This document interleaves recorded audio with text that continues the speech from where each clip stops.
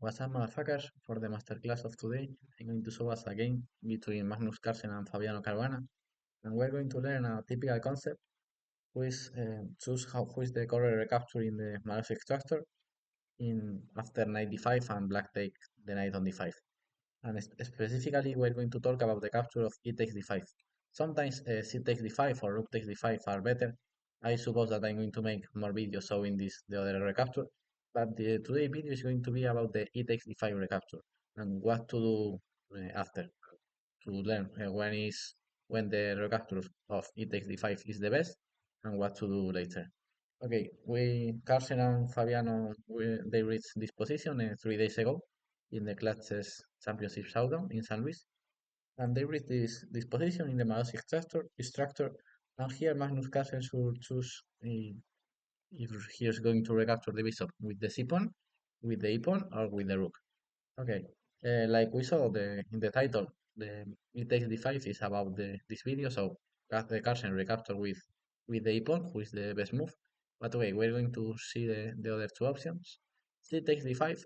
Open the c5 here is a bad idea, because just after rook c8, mm, bishop d4, for example, pinning the knight, queen b5, defending the knight, queen h3. The moves are not forced, but it's to show us a little bit how this can continue. Rook c7, for example, trade everything. Here white can take the c5, for example. Rook a5, the position is so equal. Only with the rooks you cannot win this game. And okay, we trade the rest of the pieces, but because if not, black is going to have the only open file in the game. So I should just play queen bishop g4 and queen h3 to take the open c5. But if white doesn't make that, black just have the c5. So I don't see any advantage for white in this position. So this position is equal. So c takes d5 is not the best. Rook d5 here was interesting, but because there is a specific concrete line with queen c7 and here is a specific c5. h4 here was possible too. c5 and if knight takes e5. This was interesting. Okay, it's not a huge advantage, but this was playable. Knight e6, rook c1 and queen d2. Or if rook d8, it takes and queen d4. By the way, rook d5 was possible too, but we're going to focus in the move e takes d5, who was played by Magnus Carlsen. What's the idea when you take with the pawn? It's easy. Just attack in the king side.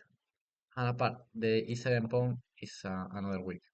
And okay, you are closing the open file to not allow counterplay by black in this open file, and the plan is clear. Just attack in the king side.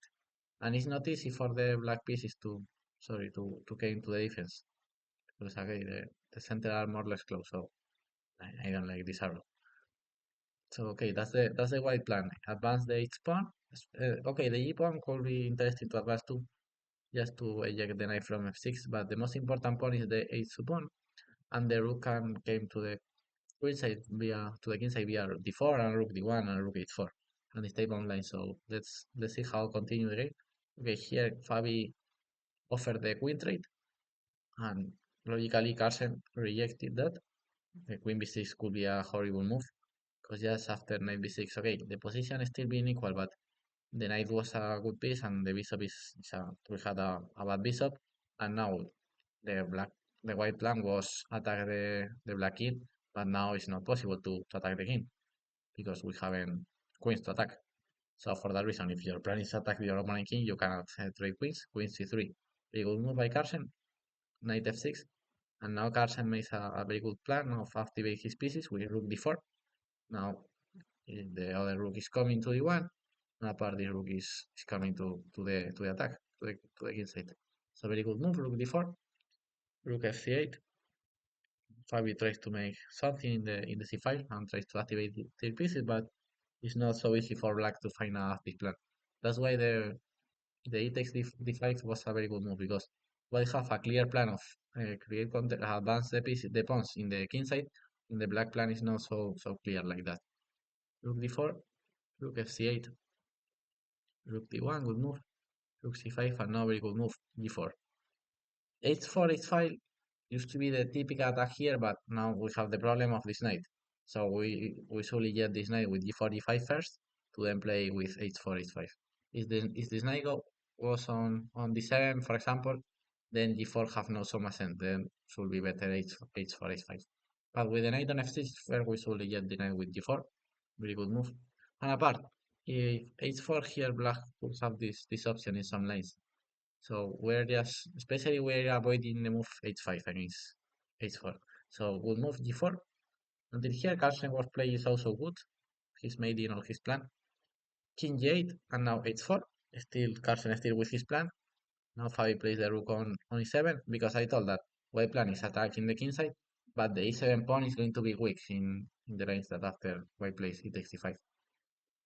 Okay, now Carlsen still with his plan, e5, knight here, and he plays very well his rook, attacking e7, and open this diagonal for the queen. Very good move. Putting pressure there and open the diagonal, good move. And now Fabi failed him play queen c7, but like I thought, the black position is so difficult. Okay, he made his only able plan, who is break on b5, sacrificing a pawn and breaking on b5. But in general, the black position is no clear how to fight the plan.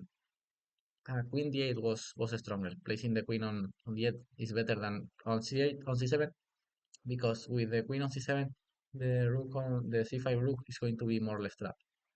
So it was better just to go back to d8.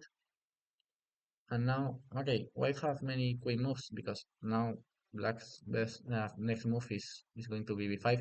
So we just should move the queen to everywhere to can recapture on b5. Maybe, for example, queen e3, b5. B5, that's the only black plan. If black cannot play, if black don't play b5, it's going to dead early. So he should just sacrifice the b5 pawn and the pawn and just try to create counterplay. Knight b6, queen f3. Or, okay, queen f3 is another possible. Before 23. But black's only plan was just play b5. Okay, the problem is that after queen c7, here Magnus plays a move who is still having the advantage, but he had a more complete move with before a takes.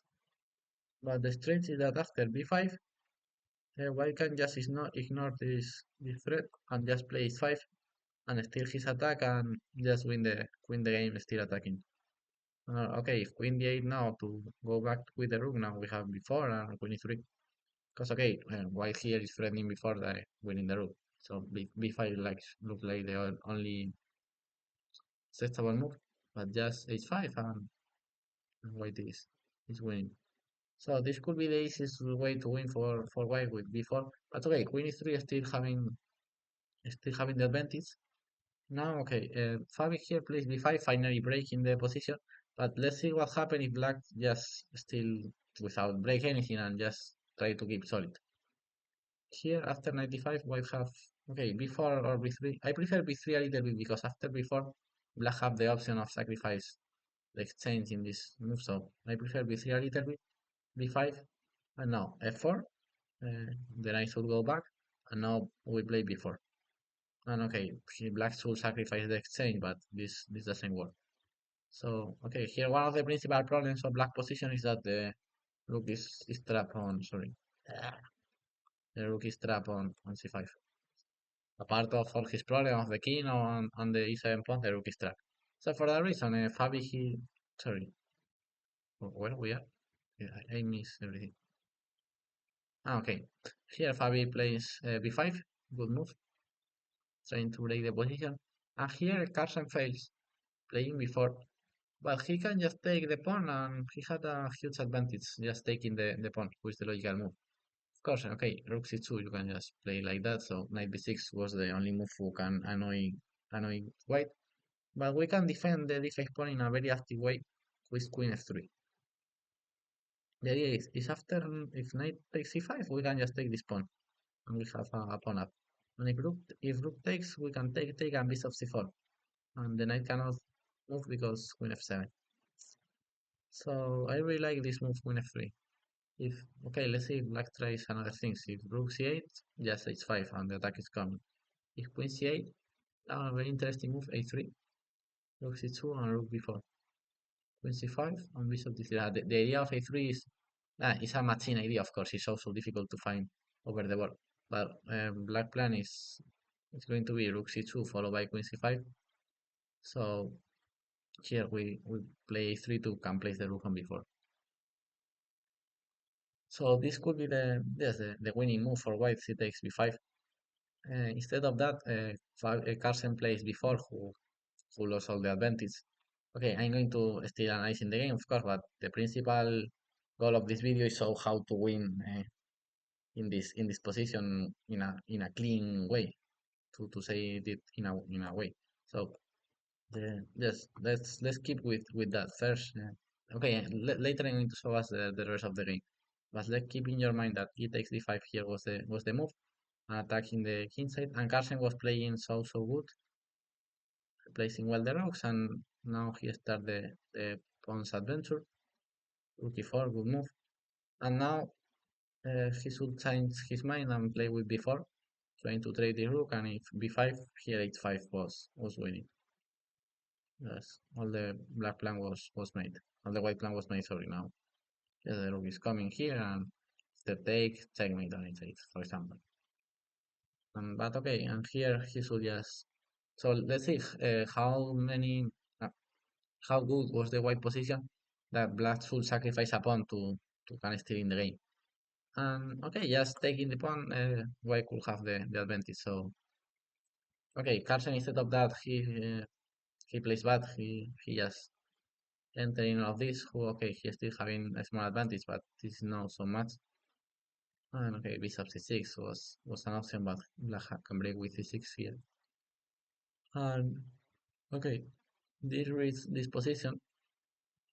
But okay, this could be interesting too, because white is still having these far advanced pawns and the pass pawn on oof, and the pass pawn on before. So okay, we can see that we can say that white is still having the advantage, but this is not the main purpose of the video, of course. Here 5 plays queen f5, rook c7, and here very good advice to defense. The best way to defend a position used to be when there are a rook and a queen or something like that. The best way to defend is just go for a rook hanging. The rook hanging used to be the easiest to defend. So queen e5 here was the strongest move. Just take rook e7, rook b4, rook e5, and here. Okay, we can take on h4 and it's a draw. But if we cannot take with rook d4, the position is still being a draw. But of course, rook h4 and it's a dead draw. So okay, Fabiano here makes a huge mistake with e5. Open the position, queen e6, rook c6, and now the last mistake with a6, giving the pawn for free. I don't understand why. I don't know what happened after g takes a6. The position is just waiting for white. I don't understand what's the Fabian idea. It's not that Carlsen takes on d6, which is not the best, but okay, he still be winning, and with this extra pawn, he finally managed to win the game. But okay, the most important thing that you should learn is that white plan here. In this position, take e takes d5, and then attacking the king side and put pressure on e7. With this easy plan, you're going to win many games in the Maroczy. Okay, if you want to watch where Carlsen reached this position, I'm going to show us a little bit fast the early part of the game. Okay, here he just played 95 to trade this and convert the position to that. That's a very typical plan, and there are many master games with this e takes d5 plan. Maybe someday in the channel I could put other good games with c takes d5 in this type of position, not in this early position. Another victory with rook takes d5, who are many, of course. So that's the last game that I analyze in the Clutch Chess. In the rest of games you have in the playlist of Clutch Chess Championship, who was won by Magnus Carlsen thanks to this game. And nothing so much. I really enjoy the event. And now are going to start the FIDE World Champion of the knockout. So let's see how goes the tournament. Bye bye, motherfuckers.